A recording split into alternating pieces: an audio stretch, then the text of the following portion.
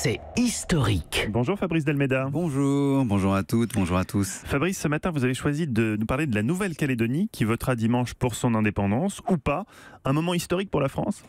Pour comprendre ce qui risque de se jouer dans le vote de dimanche, il faut partir d'un tube que connaissent tous les Calédoniens.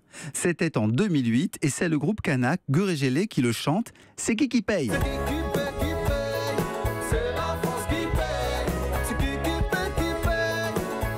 Politique, hein. Oui. Et déjà, en 2008, chacun est conscient du processus qui se déroule depuis 30 ans en Nouvelle-Calédonie et qui est accompagné évidemment par la République française.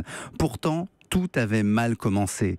Quand les Kanaks, emmenés par Jean-Marie Tjibaou, ont revendiqué leur place au soleil, les Caldoches, descendants des colons, conduits par Jacques Lafleur, ont répondu par la force. Les morts s'accumulaient. Seule la médiation de Michel Rocard, en 1988, a permis la paix entre les deux adversaires. En découle le rattrapage social pour les Kanaks et leur gestion de 2 régions de l'île sur 3. Rendez-vous a été pris 10 ans plus tard pour une consultation sur l'avenir de l'archipel. Et en 1998, donc, après de longues négociations, un nouvel accord a été trouvé, fixant 20 ans plus tard un référendum d'autodétermination. Nous y sommes. Et aujourd'hui, justement, cet antagonisme historique entre Kanak et Caldoche, il est révolu ? Ce long processus a contraint les différentes communautés à travailler ensemble dans les assemblées territoriales et à créer un destin commun.